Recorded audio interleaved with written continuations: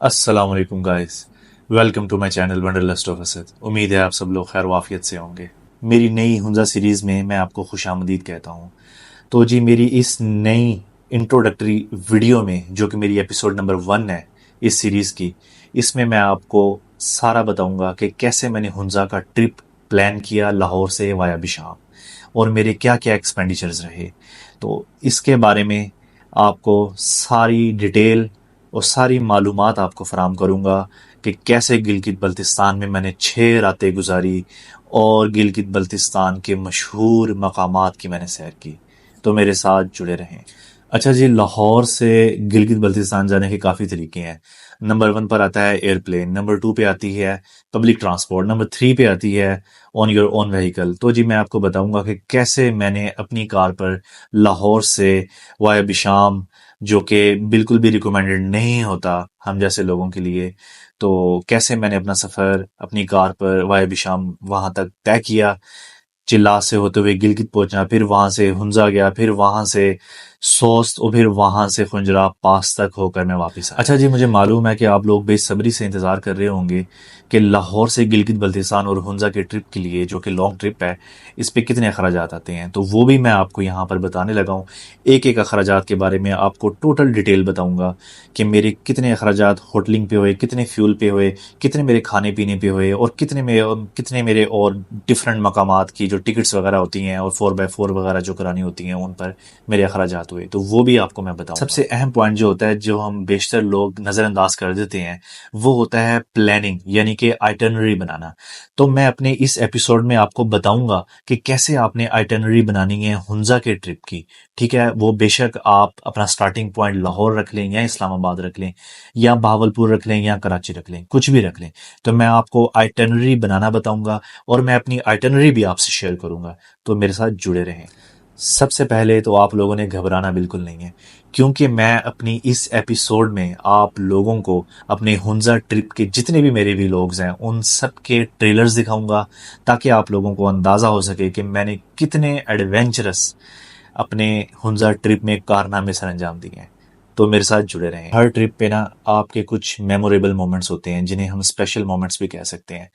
वो ऐसे होते हैं कि जो आपको पूरी ज़िंदगी याद रहते हैं और उन मोमेंट्स की वजह से आपको वो अपना ट्रिप जो होता है वो हमेशा फॉर एवर ग्रीन रहता है आपकी मेमोरीज में। तो मेरे भी कुछ ऐसे मोमेंट्स हैं जो मैं आपसे यकीनन आगे शेयर करूंगा और आपको दिखाऊंगा उन मोमेंट्स की मैजिकल पावर।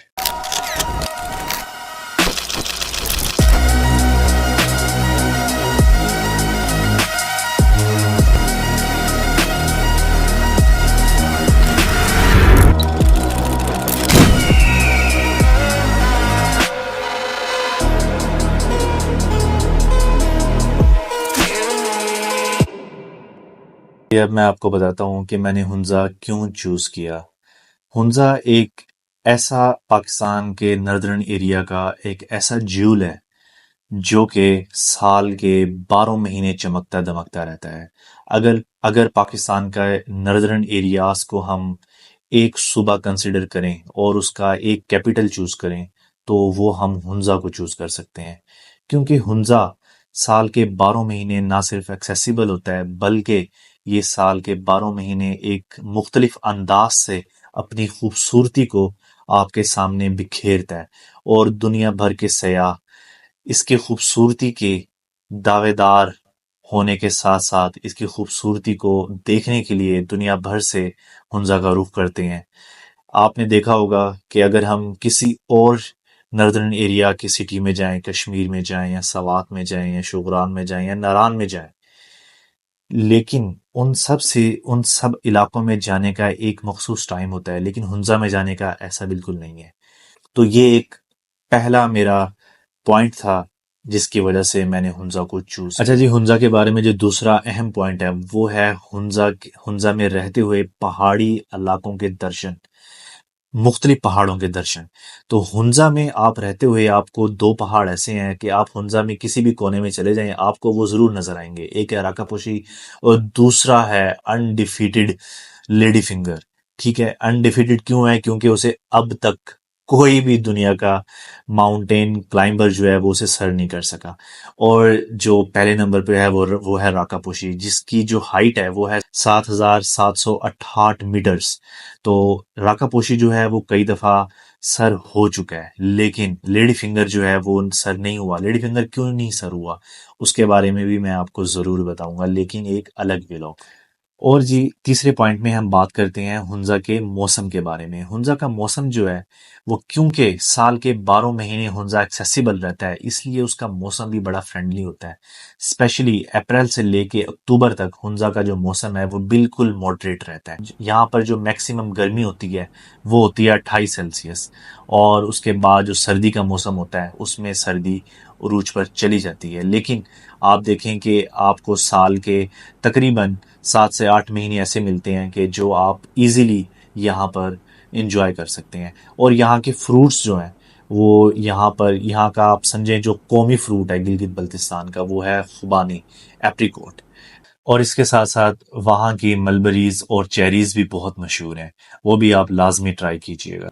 इसके अलावा वहाँ के खुश्क मेवाजात यानी कि ड्राई फ्रूट्स भी आपको कसीर तादाद में जगह जगह पर मिलेंगे।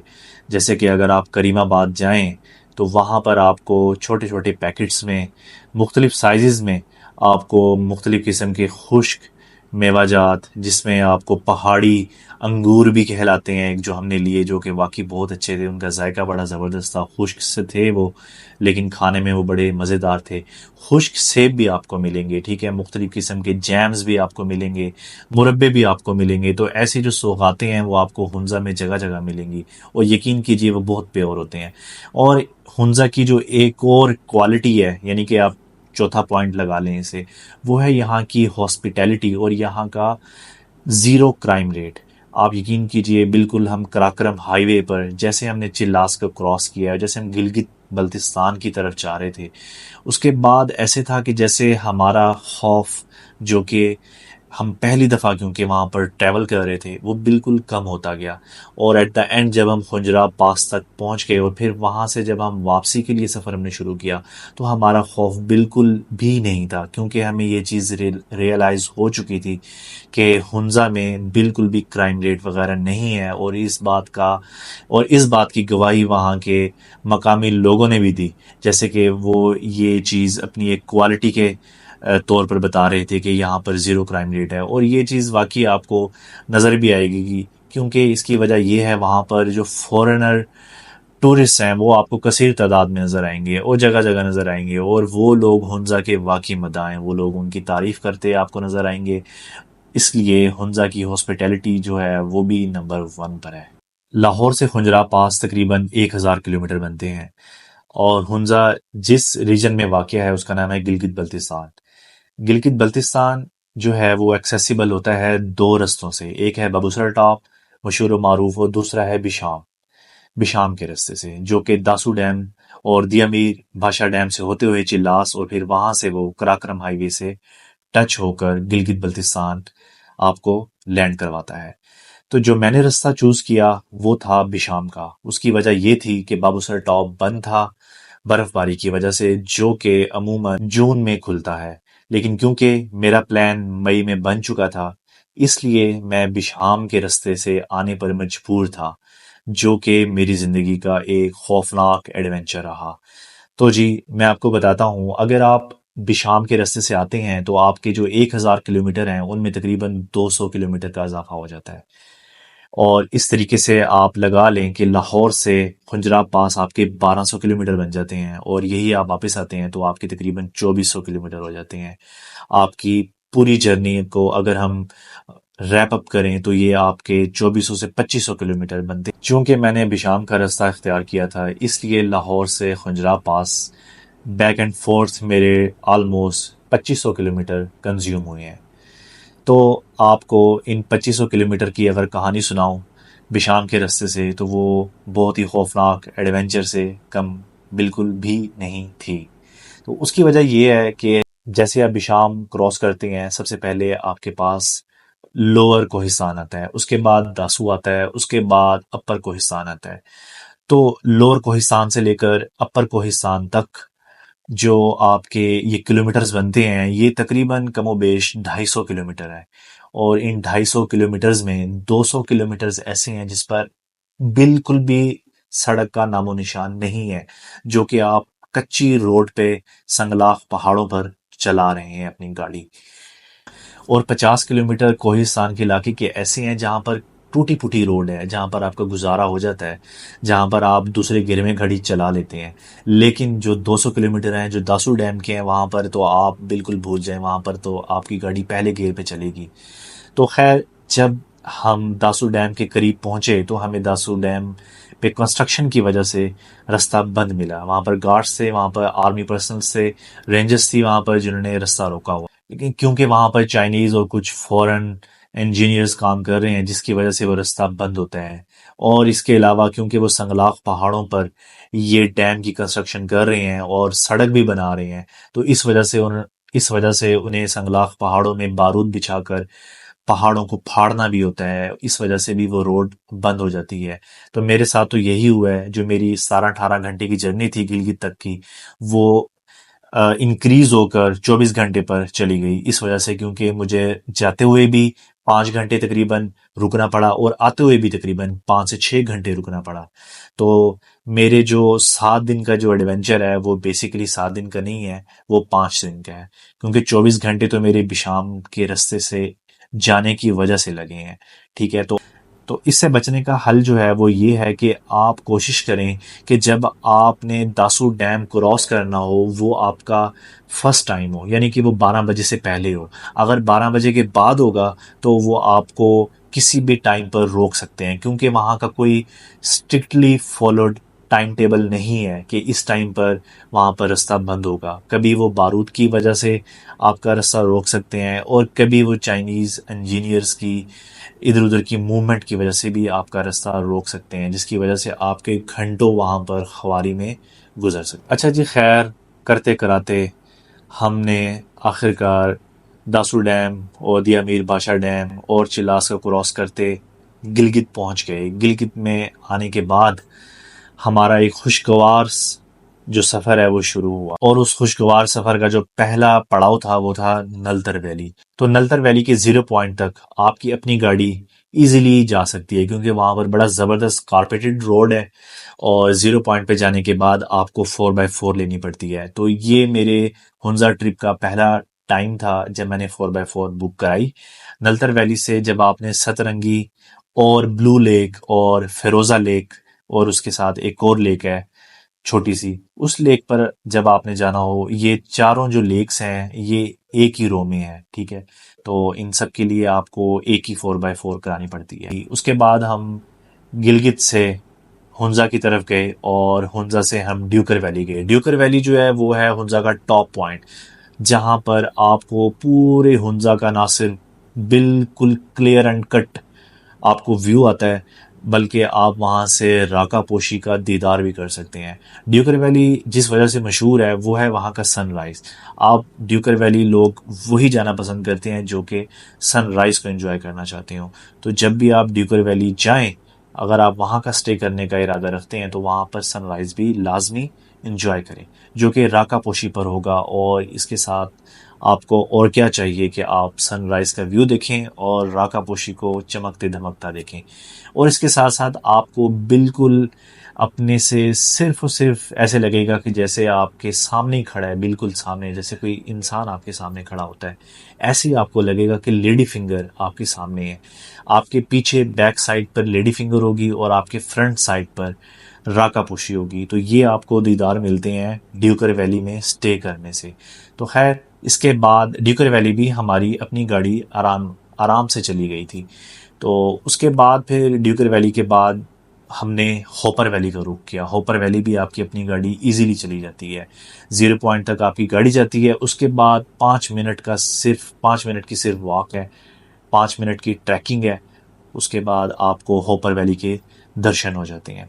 तो खैर, इसके बाद हमने जो दूसरा मौका आया जहां पर मुझे 4x4 यूज़ करना पड़ी वो थी बोरित लेक जाने। बोरित लेक भी आप एक्चुअली जा सकते हैं अपनी गाड़ी पर।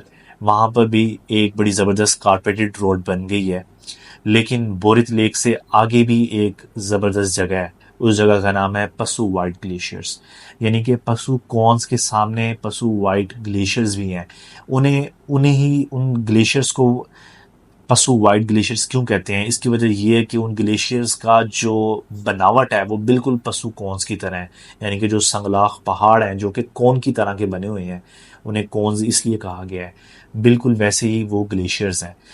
मैंने ग्लेशियर होपर वैली में भी देखे और मैंने ग्लेशियर्स पसू वाइट ग्लेशियर भी देखे जो कि बोरित लेक से थोड़ा सा आगे जाकर आते हैं। तो इन दोनों में फ़र्क जो था वो ये था कि होपर वैली के ग्लेशियर्स बिल्कुल काले स्याह हो गए थे धूप पड़ने की वजह से, लेकिन पसू वाइट ग्लेशियर्स जो हैं वो बिल्कुल वाइट थे। शुरू में वो थोड़े से ब्लैक नज़र आते हैं, लेकिन जैसे जैसे आप ट्रैकिंग करते करते संगलाख पहाड़ों से गुजरते हुए आगे जाएंगे तो आपको बिल्कुल वाइट ग्लेशियर्स नज़र आएंगे। इसके बाद जो हमारा अगला टारगेट था वो था सोस्ट बॉर्डर। सोस्ट बॉर्डर पर हम पहुंचे कराकरम हाईवे से होते हुए, तो वहां तक भी हमारी गाड़ी बिल्कुल आराम से चली गई और इसके बाद खुजरा पास भी हमारी गाड़ी बिल्कुल आसानी से पहुंच गई। खुजरा पास पे आप जाकर आपको लगेगा कि आपका ऑक्सीजन लेवल कम हो गया है और ये बिल्कुल हकीकत है, क्योंकि वो बहुत टॉप पर है। दुनिया का हाईएस्ट बॉर्डर है जो कि पाकिस्तान और चाइनीज के दरमियान वो शेयर किया जाता है। वहां पर जाकर आपको